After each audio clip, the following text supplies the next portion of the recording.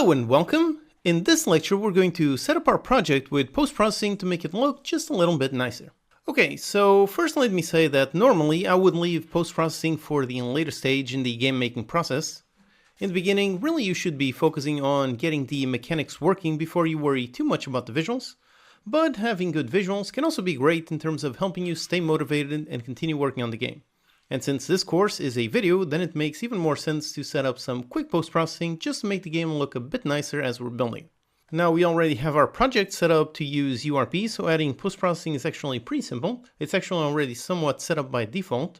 Before we start changing things, let's actually rename our current scene to give it a proper name instead of sample scene. This is going to be our main game scene, so let's rename this to game scene. Then just click on reload to reload the same scene. Now here by default, this scene already contains a global volume game object, and if you look in the inspector, you can see it contains the volume component. This is how you add post-processing. The mode over here can be global or local. So global means it impacts the whole world regardless of where the camera is located, whereas local only works inside a certain area. Now we want this post-processing to affect the entire world, so let's make sure to select global. Then weight is just a value to apply or not apply the effects, so let's leave that as 1. Then priority, again, just in case you have multiple. And finally, the most important one is over here, the profile. This is what actually contains all of the effects that we're going to apply. By default, as you can see, it already comes with a simple post-processing profile, but let's actually over here click on new in order to start from scratch. Okay, so here we have our empty global volume profile. Now over here we can add any effects we want. We just click over here on add override, and we can start adding some things. Now before we do, let's actually drag just some visual meshes that we imported in the last lecture to get a nice look. So let's go up here into the polygon prototype, let's open up the prefabs folder, and let's see, for example, the character. So let's drag the dummy character, and let's also drag perhaps a wall. So over here, let's see a wall like this one. And for a floor, so let's just right click on the hierarchy, let's create a 3D object, create a plane, put the Y on 0. We're just doing this for testing. We're going to delete these objects in a bit, so it's not necessary to make it exactly as I'm doing. Just let's go up here into the materials on the polygon prototype, and let's select just a random grid. So one with a bit of a different color, just to test it out. Okay, so here grid 6 looks good. All right, so here we have some visual assets, so we can play around with the post-processing and see what it changes. Let's also just rotate the directional light so it comes from in front of here. So let's select directional light, then go into the rotate tool and just rotate it to be something like this. Okay, so we got the light coming straight from here, and there we got our nice shadow. All right, so here we have a bunch of visual assets. Now let's play around with post-processing. So go into the global volume game object. On the inspector, click on add override to add some things. Go inside the post-processing folder, and now here we have all of the various effects. Now let's begin by adding a simple tone mapping. Now this one is all about color correction, which is actually something that I'm not too familiar with, but I find that if you enable and you set it to neutral, it helps. So over here, first of all, how do you actually enable it? You just click on this checkbox, and then over here on the mode, you can change the settings. So in this case, let's put it with neutral tone mapping. And you can enable or disable the effect in order to see the difference over here. Also, one important note, just in case you don't see the effects happening over here, so as I enable or disable, you're seeing it change, but if you don't see that, then just make sure over here, this button on the top right corner of the scene view, the 5th button from the left, just to the right of the sound button, this one is the button for toggling all of the various effects. You can see if I disable this, then it doesn't show any effects, so it doesn't do anything, so make sure this one is enabled. You can even click on the little arrow and make sure pretty much all of these are enabled, except for the always refresh, so the screen doesn't need to refresh all the time, just when we move. Okay, so like this, let's continue adding some more effects. Next up, personally, I like to add a bit of saturation to make the colors pop. So that one is over here on the color adjustments. It's got all of these: exposure, contrast, color filter, hue shift, and saturation. So let's enable the saturation. And let's bring this up a bit just to make it look a bit better. So maybe something like 46. Then let's also enable contrast and also raise it by a little bit. Okay, something around this, around 37. Okay, that looks good. Now also on the main light, by default it's a bit too intense, so let's select our directional light, and over here on the intensity you can increase it or decrease it. So in our case, let's put it down to 1. And for the other settings you can leave them as default. If you want, you can play around the temperature, so make it a warmer light or a colder light. So again, these are all just visual things, so you can play around it, but I'm going to leave it like this, so 5000 and intensity of 1. Now back to our global volume. Now later on, we're actually going to make some nice glowing bullets and explosions. And for that to work and look nice, we're going to need to add the bloom effect. So let's click on add override. Let's go up here and add bloom. The parameters we need to enable is over here the threshold and the intensity. And by the way, here's a quick visual tip. If you want to make your game feel very ethereal and magical, one good thing is to increase the intensity first of all. So let's put it something really insane just to see the effect. And over here on the threshold, put it under 1. So if you put it, then pretty much everything has a slight glow to it. So these materials were not set up to have any specific glow, but since the threshold is under 1, then pretty much everything has a glow. So if you're making a game and you want things to feel quite a bit magical, then this is a nice trick to get it done. Also, one quick note here that doesn't change right now but won't change in the future, which is let's go down here into the settings folder and let's open up the render pipeline asset. And up here, make sure that AGR is enabled. Now, right now there's no change, so if I enable or disable, nothing happens. That's only because right now we don't have any material with any extra emission.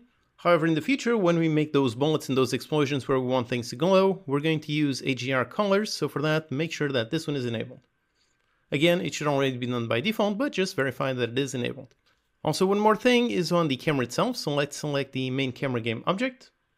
And on the inspector, on the rendering tab, make sure that post-processing is enabled. You can see the difference if we go into game view. So with it enabled, you can see all of the effects just like we see on the scene view.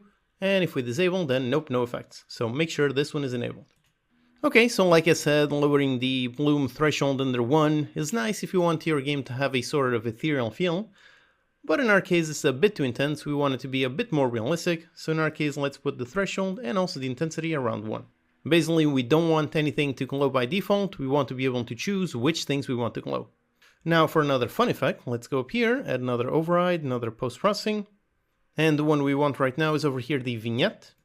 What this one does is adds a little darkness on the corners, so if we enable the intensity and we increase it, yep, you can see the corners start to get quite a bit darker. I think this effect looks great when it's a bit subtle, so let's put it something just around here. So maybe 0.45, so as you can see, just a slight darkness in the corner, so it looks a bit more cinematic. Okay, so I'm quite happy with all of these post-processing effects.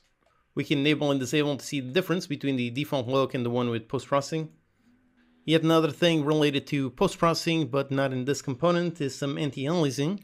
For that one, you can enable it over here on the main camera. On the inspector, under the rendering tab, we have a field over here for the anti-aliasing. And you can select various modes. So first of all, you have FXAA.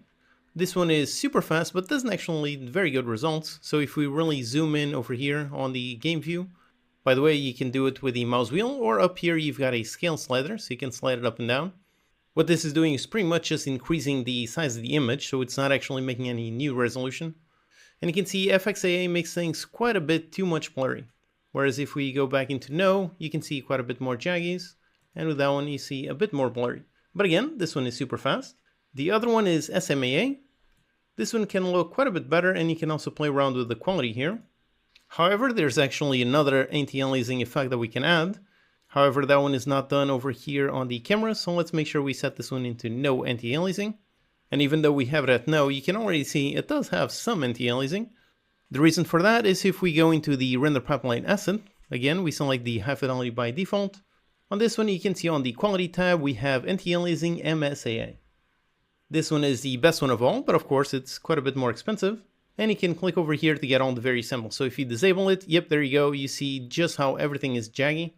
If you wanted to make a pixel art game, then this is pretty much what you would do. Just disable all anti-aliasing.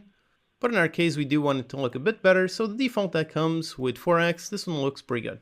Also, again, remember how you have multiple render pipeline assets for each quality level. So up here, you can see that high fidelity by default has anti-aliasing at 4x. The balance one has it disabled, and the performant also has disabled. Now, one final thing we can add is some nice screen space ambient occlusion. For that one, we need to go into the renderer. So first go into the render pipeline asset, and on the inspector, you can see over here the rendering list. And by default, it already created a render, so it's this one. And down here on the render features, by default, it already comes with screen space ambient occlusion. If it's not there by default, you can click on add render feature and you won't be able to see it here. So what this one does is it adds a tiny bit of shadows over there where geometry intersects. So for example, if we zoom in really on this corner, we can actually see it. So if we disable and enable it, we can see the difference that it makes. So it adds that little bit of shadow, which I personally find that looks quite nice. and also on the character itself. If we look at it in between all of the various joints, if we enable or disable, there it is. It's a subtle effect, but I think it looks great. The most important thing is really down here on the feet. So if you disable it, it almost seems like the character is floating, and if you enable it, it makes it feel much more grounded. Then again, as usual, you can play around with all of these settings. Now for me, I'm going to go with something a bit more intense, because I personally like it. So on the intensity, let's put it up to about 3, and for the radius, make it a bit smaller, so maybe 0.15. Again, remember how the settings differ depending on the type of game that you're making. We're essentially making a top-down turn-based strategy game, so the camera is going to be from about this distance. Naturally, you'd use different settings if your camera had a zoom in right about this level. So keep in mind how the game is going to be played when playing around these settings, and personally I think that these ones look good from about a fair distance. So if I enable or disable, yep, that's what it looks. And again, keep in mind that you have the multiple renderers, so if you're not seeing the effect, make sure you're changing the render for the quality that you have selected. So again, if you go into Edit and Project Settings, and you go into the Quality tab, the one that you have selected here is the one that is active on the editor. So I have selected the High Fidelity, so it's this one that is currently active, and it's this render. Alright, so here is our final post-processing stack. I think it looks pretty good, pretty nice. But again, most of these visual effects are very much personal preference. Like you saw in the beginning, most of this is stored over here on the volume profile. So if you want, you can keep a profile with exactly the same settings as me, and then you can click on Clone, and it's going to create a new profile. So there you go, we've got 2. And on this one, if you want, you can play around all of the things. So if you want a completely different look, you can go ahead and do that. The way you change the effects is really just change over here the profile, so let's drag the other one and back to normal. So here is your quick challenge. Play around the various effects to get the look that you personally like. You can add more effects, you can remove some, change the settings, do really anything you want. Alright, so go ahead, pause the video and give that a go. Okay, welcome back. So like I said, these are my settings. I'm quite happy with how this looks. So it looks really nice, the colors, everything looks pretty good. So now that I'm happy with this, like I said, the whole point of adding all of these visuals was just to test out the post-processing stack. Now that we have that done, let's actually get rid of all of these, so just delete all of these objects. So we have just our essentials on the game scene. Let's just make sure we save our scene, and that's it. Alright, so here we set up our post-processing. Now let's get to the next lecture where we're going to start building our unit.